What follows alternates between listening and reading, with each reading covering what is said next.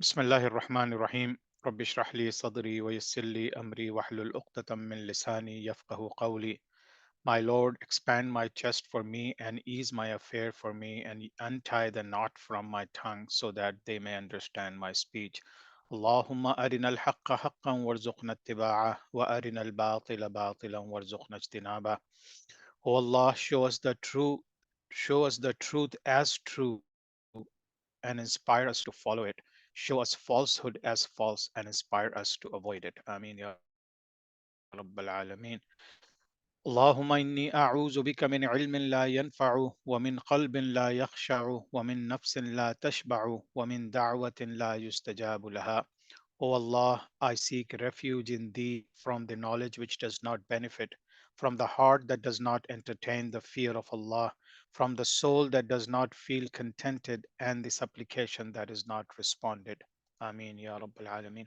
اللهم صل على محمد وعلى آل محمد كما صليت على إبراهيم وعلى آل إبراهيم إنك حميد مجيد. اللهم بارك على محمد وعلى آل محمد كما باركت على إبراهيم وعلى آل إبراهيم إنك حميد مجيد. Bismillahir Rahmanir Rahim. Inshallah, we will continue with our discussion on Umayyad Caliphate, but we will also discuss the second half of our session today. We will discuss the Palestine and Israel conflict and, inshallah, a little bit of history because this is a history class. And inshallah, we can also have discussion about it. It's a very trying time for all Muslims in the world, not only just for Palestinians. They're the ones who are paying the price, but the Muslims of all over the world need to be concerned, making dua, and just keeping aware of what's going on there because this might not end soon. So till last class, I believe we started the Umayyad Caliphate, and then we continued with their different caliphs, and these are the charts that I have been sharing with you. So you already have this, and I think you have already seen this. That how many rulers in Umayyad Caliphate would come, and then we have studied the Umar bin Abdul Aziz last time, and then we will try to cover the rest of them, inshallah, either today or maybe if we have a longer discussion about Palestine, then we might cover it in the next one. But mm, and this is the chart that I had shared with you. So we started with the Umayyad Caliphate, which started in Abu Sufyan's family. Muawiyah, Hazrat Amir Muawiyah radiallahu ta'ala anhu, then his son Yazid bin Muawiyah, then his Yazid's son was also Muawiyah, Muawiyah bin Yazid. And then we saw that this caliphate moved from this side, Abu Sufyan's side, to Abu Hakam's side, and then when Marwan became the caliph, and then his son Abdul Malik, and that's where we see a lot of expansion in in the Muslim empire. And then, but there was also corruption, and the things did not go well after Yazid. So we see a lot of issues in the Islamic community. But then last time we studied Umar bin Abdul Aziz that he was one of the just rulers, and he only ruled for 2.5 years, but his era is compared to almost the era of Khulafa Rashidin. So we know that Mir Muawiyah ruled for 20 years, and then Yazid bin Muawiyah ruled for 3.5 years. Then Muawiyah bin Yazid only ruled for 7 months. Actually, he did not rule; he just kind of kept himself hidden until he ran away. And then Marwan bin Hakam, he also did not rule for more than a year, so it was like only for 10 months. Then we saw the rule of Khilafat Abdul Malik bin Marwan, and this rule was for 20 years. That's where a lot of changes came to the Islamic Empire, more territories were conquered and all that. Then when Walid came, Walid bin Abdul Malik, he ruled for 10 years, and his brother Suleiman was the one when he came. So in Walid's time, there were a lot of conquests all over the world, in the east, in the west, in the north. But for some reason, and we discussed this last class, that for some reason when Suleiman came into power, he pretty much brought all the three generals who were fighting in three different areas of the world. What's Tariq bin Ziyad was in Spain. Muhammad bin Qasim was in like Pakistan and India side, and Qutayba bin Muslim was up in the north, where all these central central nations are. So all these generals were called back and then eventually killed by Suleiman. And this remains a mystery, whether he did it out of animosity of his brother, or there were other reasons, or he had some push from other powers. But they were the most powerful people on earth at that time. So we don't know, even though we have a lot of books that where we can get references, and some says that he was supposed to become next caliph after Walid, but Walid wanted to bring his own son, so that created animosity in his heart.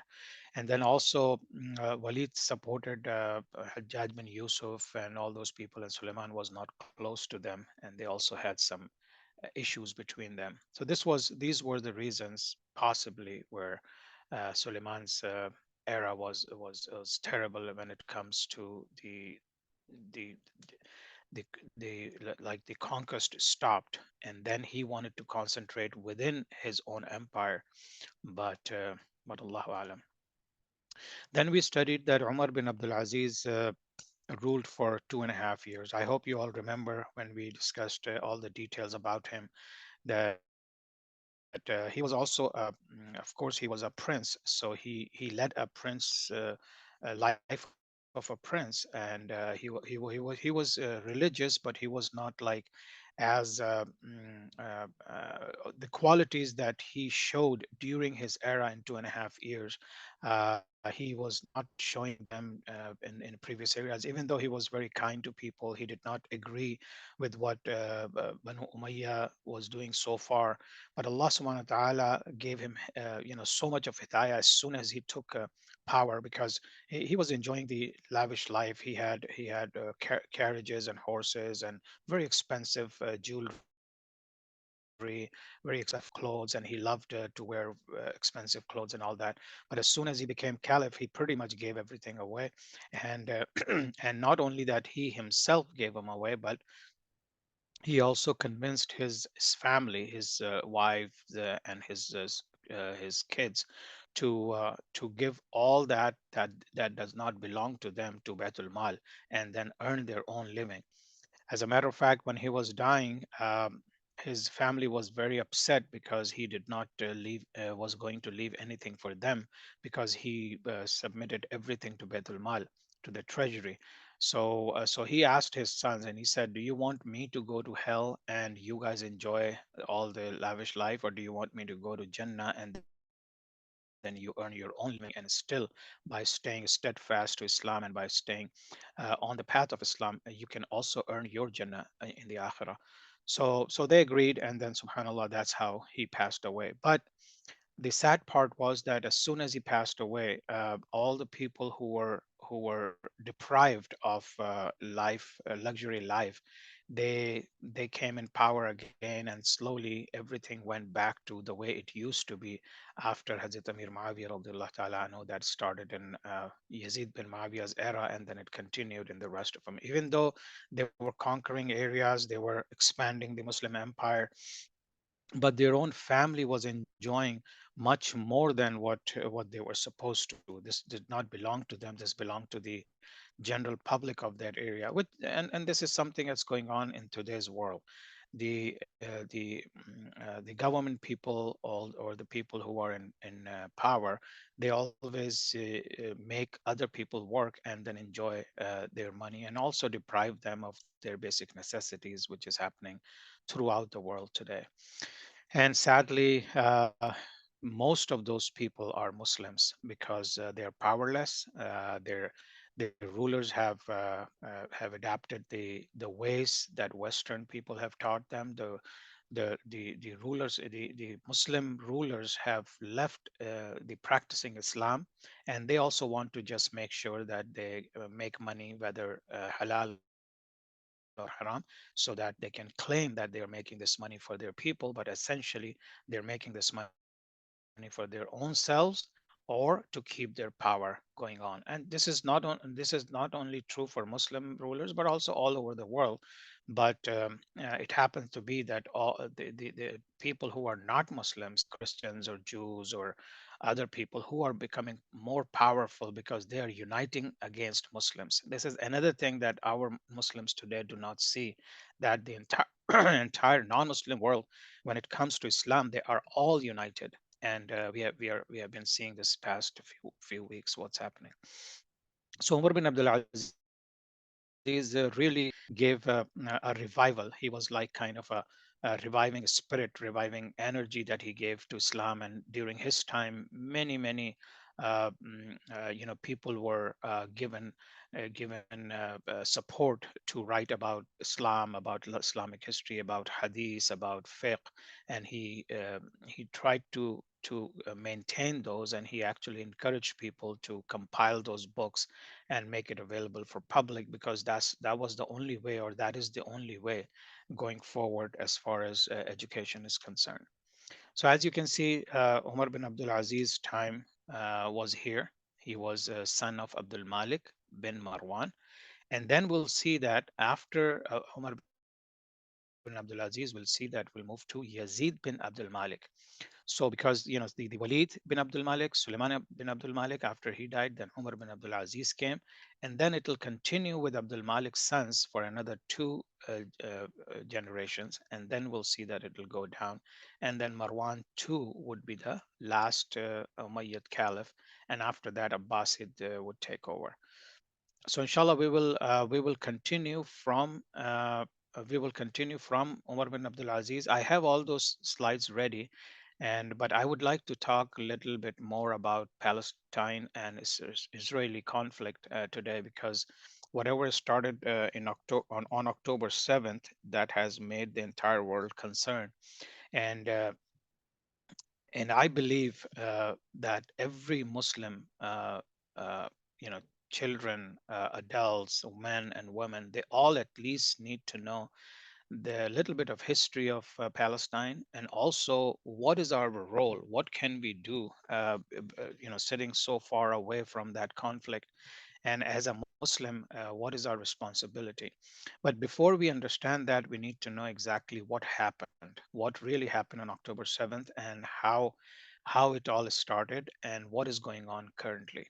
It's a very sad time. We have been going to protest. We have been making statements to the senators and all that. I work for state university, so we are jointly making statements and the resolution for the people of Palestine. And I think this should go on pretty much every campus, every institution, every organization in US. And there are a lot of even non-Muslim Christians and Jews are protesting against Israel's barbaric attacks and killing of those innocent Palestinians. So let's look at the current situation. So at least 7,326. This is as of yesterday, and I heard that there was a serious bombing again last night, and probably 500 to 700 more Palestinians have been martyred. So at least 7,000, let's say 7,500 Palestinians have been killed, including nearly 3,000 children in Israeli attacks since October 7. Just imagine children. Children are, infants or 1 year old, 5 year old, 10 years old. Just imagine one of those child if dies, what would happen to the mom or what would happen to the family. And you're talking about 3,000 in a very small place. And I'll show you the map, and you will see that it is not even a dot on the world's map. It is dot within dot. But this is what's happening, and this is the most populated area in Gaza, is the most populated area on earth. There are 2.1 million people live in within 25 miles by 5 miles. Just imagine, we live in cities, we live in Dallas and California and other places, and we drive just to eat, just to get to a restaurant. We cross at least 50 miles or 40 miles and or 50 miles, and this is only 25 miles by 5 miles area where all these bombardment is done by the most powerful uh, nations.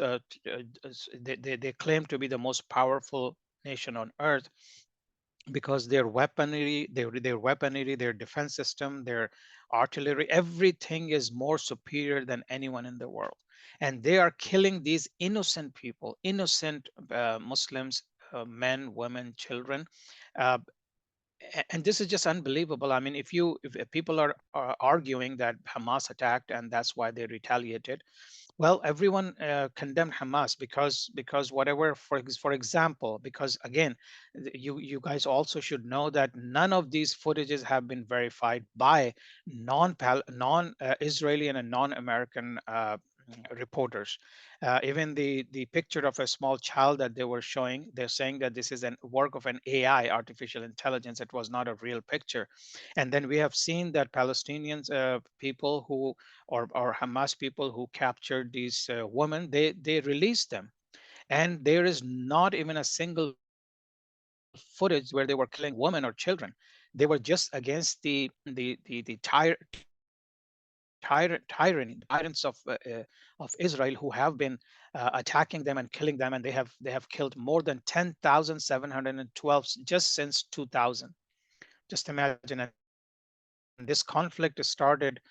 We know that when Israel came into being in 1948, the conflict started right there. But in 1967, they attacked and took some part of Palestine, and then they kept pushing Palestinians from the main from of course Tel Aviv, but also in the West Bank. They have confined them in the West Bank a little bit, and then they confined them in Gaza, and then they have confined them a little bit on the northern side, which is attached to Lebanon. But I'll show you the maps, inshallah. And I really want all of you to please look at it very carefully and very attentively, because you get these news, but sometimes news are exaggerated, especially in the society we are living in. All the news sources that we have, unless we go to some other news sources, these are all exaggerated and these are all one-sided. So, I mean, we are all American citizens, and our president, Joe Biden, have made a very clear announcement that they're going to destroy Palestine. The first day when he made a statement, he said, I'm 100% with Israel, and we are going to kill every Palestinian there. So this is the kind of time we are living in.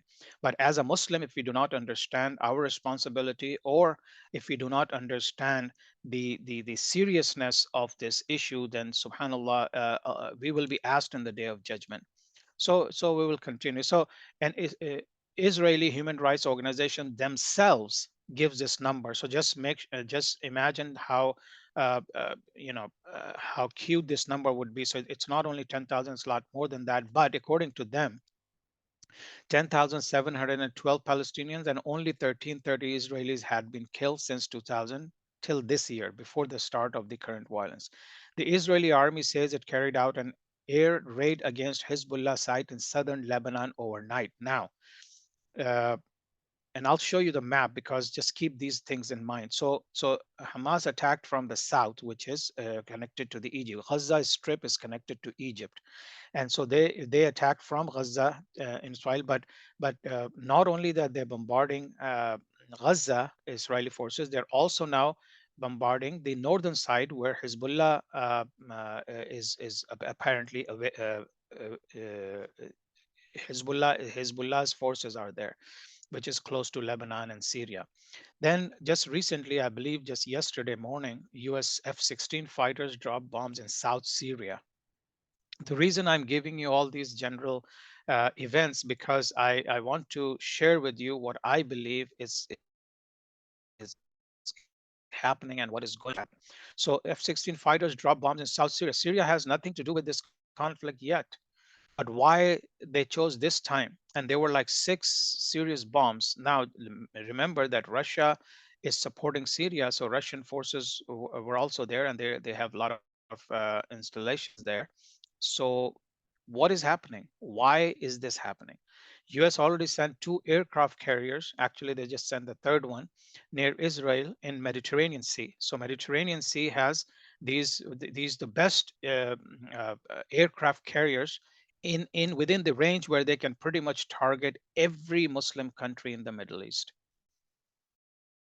Israel has already, weapons that can take care of it. But now, on top of that, American aircraft carriers are there. So this is what's building up. This is what's happening just because something happened on October 7th. Now, I have a professor at university. I've been discussing this issue with him a lot. He's German, but he's a professor of anthropology. So he informed me yesterday that 50 professors and scholars in one of the university in Germany have been fired, and they're all tenured. They were all scholars, they're philosophers, and they were fired due to just supporting Palestinian people. Why? This is the question that we have to ask ourselves, but also to these people. So Germany, France, England, US, and Israel, they are already part of this alliance. And if you remember World War I and World War II, something comes to mind when you talk about these powerful alliances. Many fresh graduates were denied jobs in New York. There was a girl, she found a job, I believe in Amazon or one of the companies, and she was denied the job after getting the contract. She had already received the contract. She graduated, and she was, one of the best student in the university. And as soon as she spoke up, as soon as she supported Palestinian, the killing of Palestinian children, and as soon as she opposed, she protested against these attacks, she was taken. The job was taken away. And this was after she was. And this is just what we hear. It's happening everywhere, every university, every organization. We have also heard that these companies who are supporting McDonald's have already started putting Israel's flag and those colors on their bags, supporting Israel. Starbucks, we already know, is a big supporter of Israel. Similarly, there are so many companies that are already doing it, and now they are coming forward. Some of the companies were not even advertising as well, but now they are. So there must be something else going on. This is what I want you to be curious about. I think it's not very simple. It's not just one powerless people against a powerful nation. It's something else. And inshallah, we will discuss this today. So, United Nations Secretary General, he spoke up and he supported Palestinians. He basically, that condemned both sides, but he said that there is no, it's a disproportionate action. 1,300 people versus 7 to 8,000, and going and growing. So and then many Israeli and American members of United Nations, they asked for his resignation. Now you make United Nations as a peaceful entity, so that it can help during these times when their fight is going on, to bring two nations together. And if he says something after this huge event, he should be fired, or he should be taken away from his position. So this is what's going on, and these are just very, very basic top information I shared with you. If you start opening, and I can share with you that you should go to CNN, because it's one-sided story, but you should know what they're talking about. You should go and watch Fox News. Some people stop watching Fox News. No, but you should, because you need to know what they are thinking. And then you should also watch Al Jazeera, because Al Jazeera still happens to be available within those areas and giving you those footages where you can make up your mind yourself. So we are a peaceful nation. We are peaceful people, especially Muslims all over the world. If you really take a poll, you will see that 99% of the Muslims, they want to live in peace. They want to live in harmony. Uh, they want to obey Allah subhanahu wa ta'ala. They want to pray. They do not want to be in conflicts, but they are thrown into these conflicts because of a greater plan. And that is the plan that we all need to know and we need to understand, inshallah. Okay, let's go with a little bit of history of Palestine, very briefly. So, if you remember in our first module, we talked about prophets. These are the prophets that are mentioned in Quran. These are the prophets, right? So it starts with, excuse me, it starts with Adam alayhi salam, and then we know with Ibrahim alayhi salam, and Ibrahim alayhi salam had two sons, Ismail alayhi salam and Ishaq alayhi salam. Ismail alayhi salam's generation, Muhammad sallallahu alayhi wasallam came, but Ishaq alayhi salam, he had a son Yaqub alayhi salam. Yaqub alayhi salam's other name was Israel, Israel, and then he had 12 sons.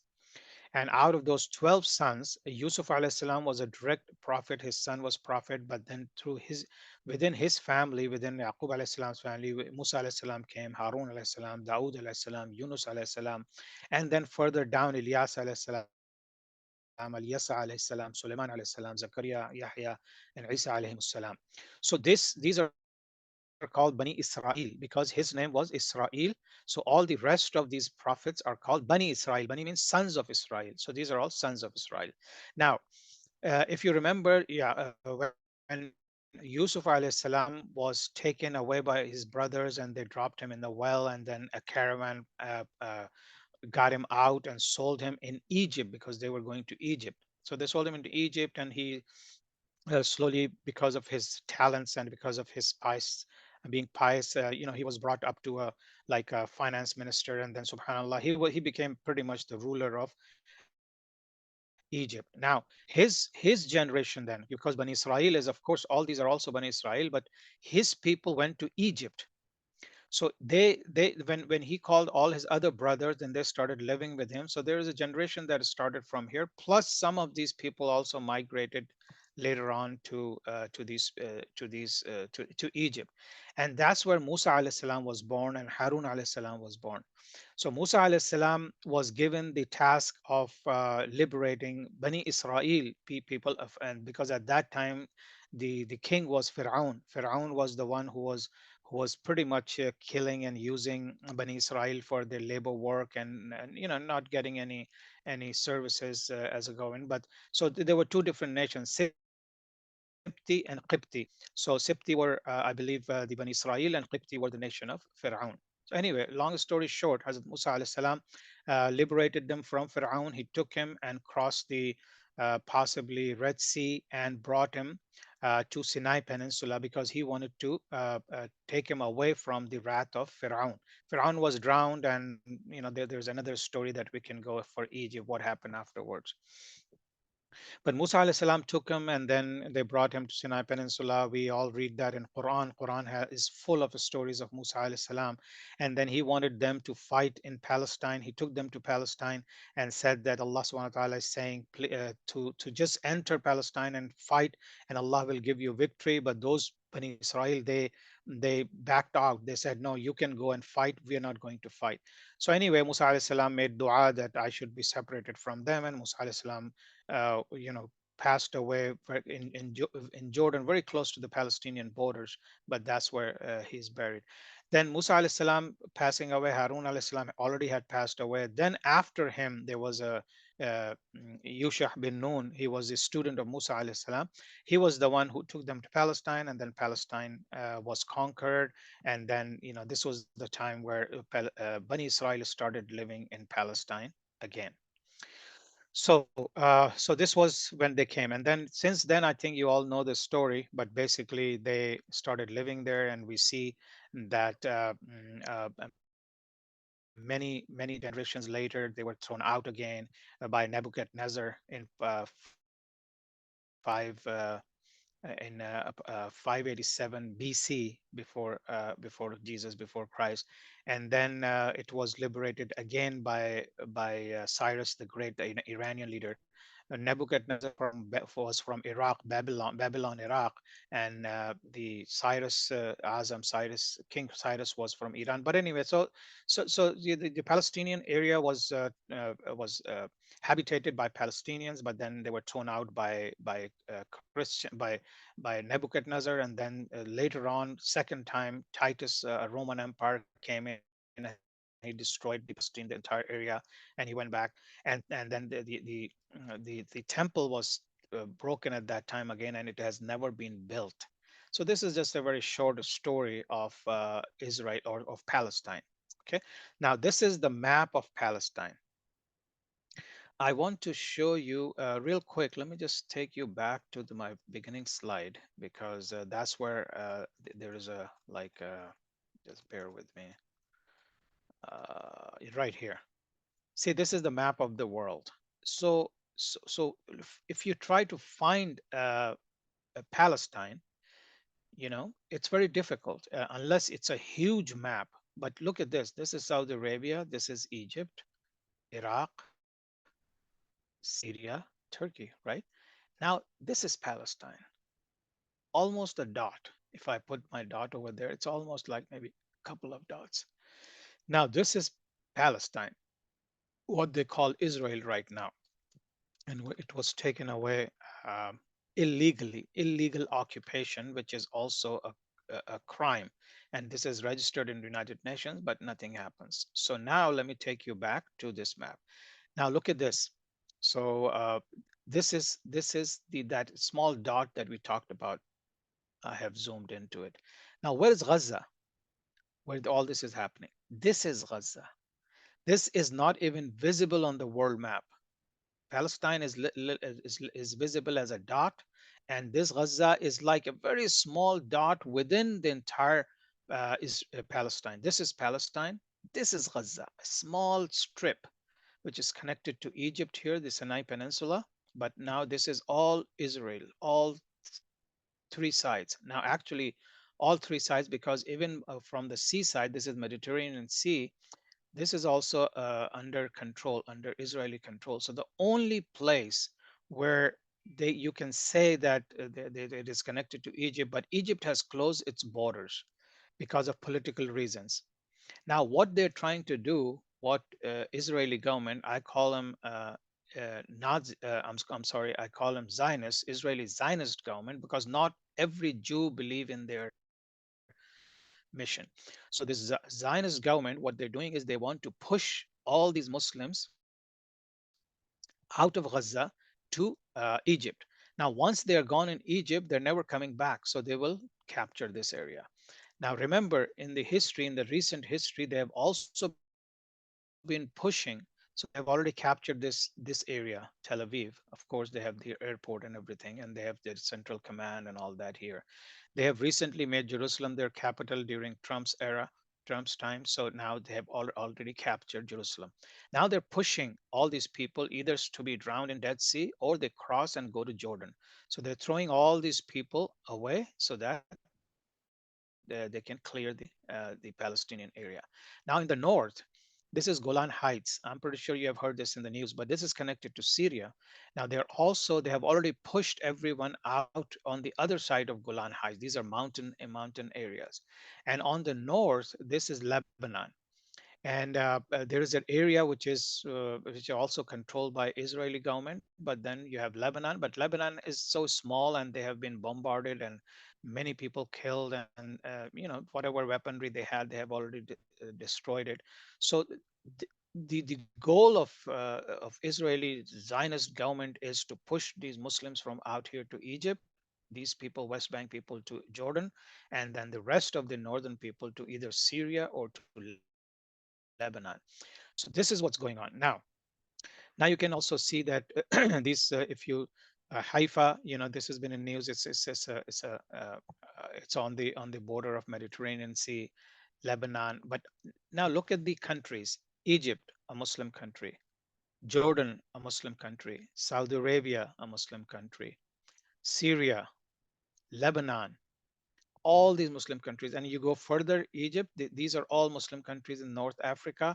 You go further down here, Saudi Arabia, down there is Yemen, Muslim country, then Oman and United Arab Emirates and Kuwait and Bahrain and Qatar, and all these are Muslim countries. So this small area is surrounded by all the Muslim countries.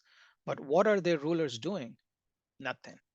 Just talk is cheap. If they can talk all day long. They have been talking, but nothing has been done about the atrocities that has been done by the Israeli forces against Muslims.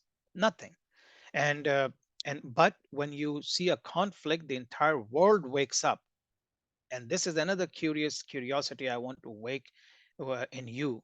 Your mind should be curious. Why is all this happening? Does it make sense? Is it logical?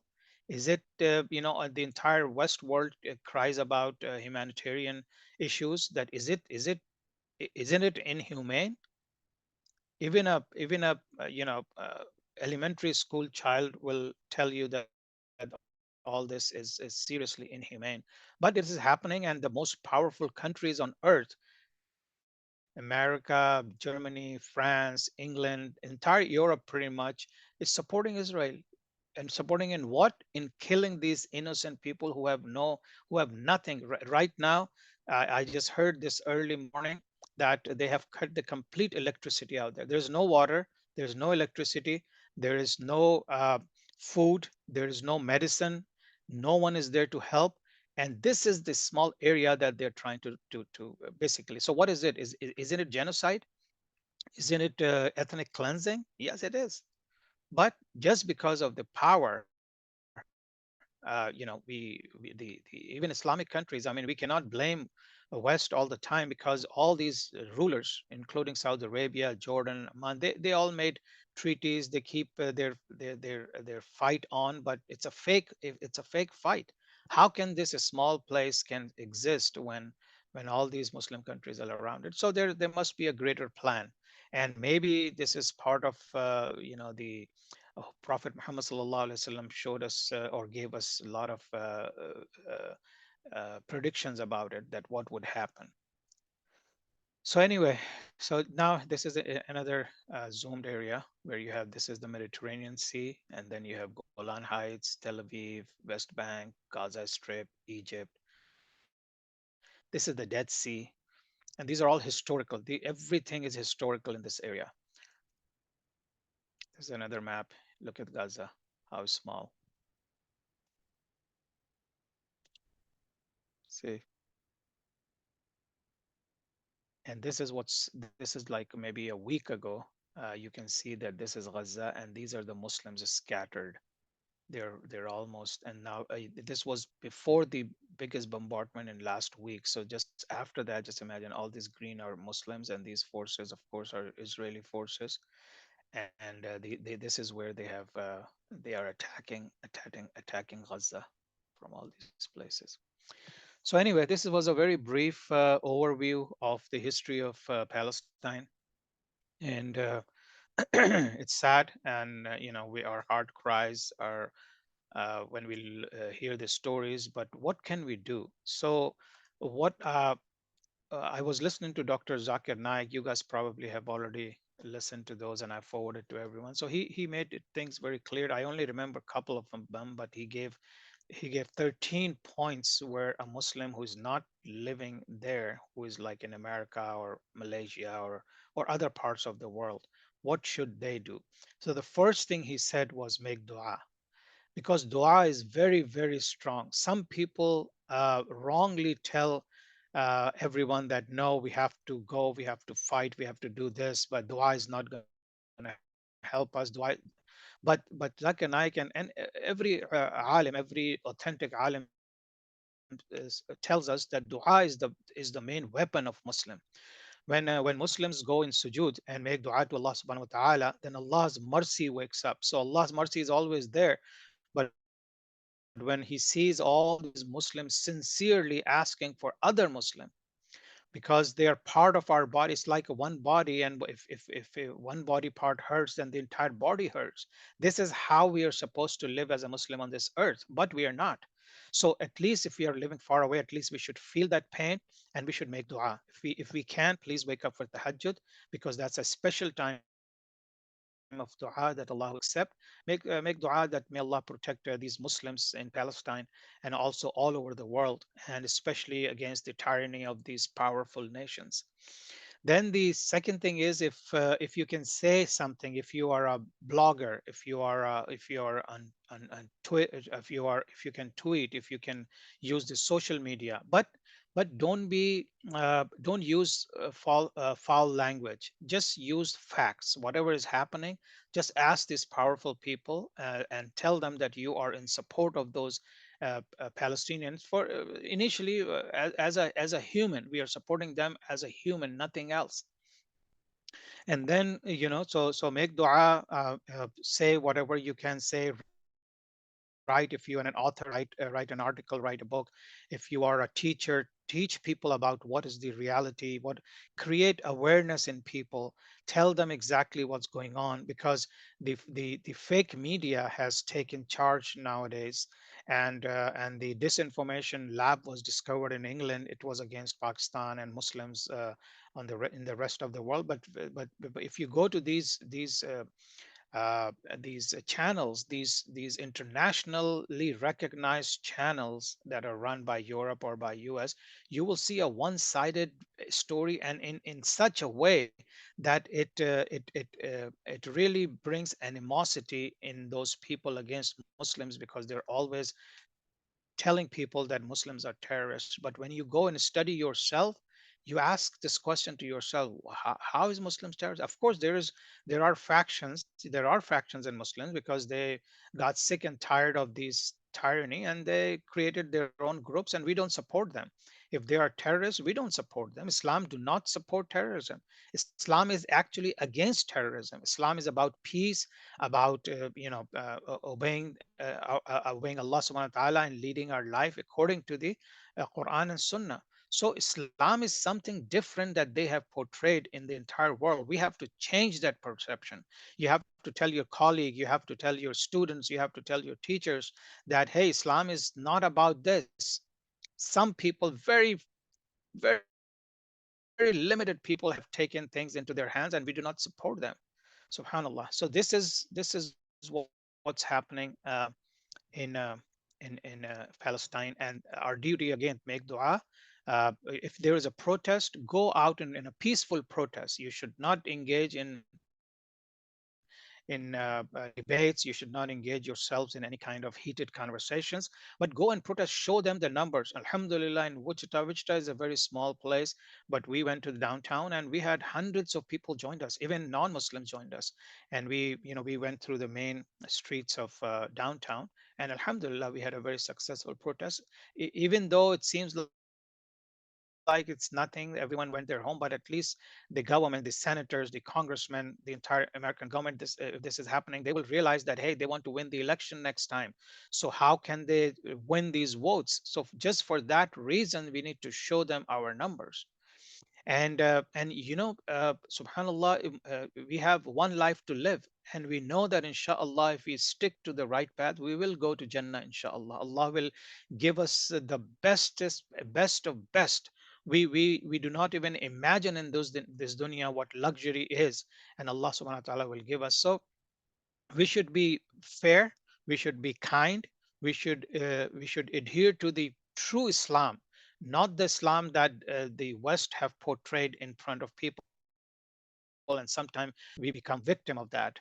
We become very agitated, and we become very emotional, and then we start thinking of things that are not true. So inshallah, my advice to myself and you all, that end of the day, connect to Allah subhanahu wa ta'ala. The title of this class is also connecting ourselves to Allah, connecting the dots. So inshallah, we'll keep doing that. I'm sorry I had to bring this discussion, because I thought it's timely. And then we will continue with the rest of the Umayyad Caliphate next class, and then we will go from there, inshallah. Inshallah, we'll take question answers right after this. Subhanakallahumma wa bihamdika nashhadu an la ilaha illa anta nastaghfiruka wa natubu ilayk. Assalamu alaikum wa rahmatullahi wa barakatuh.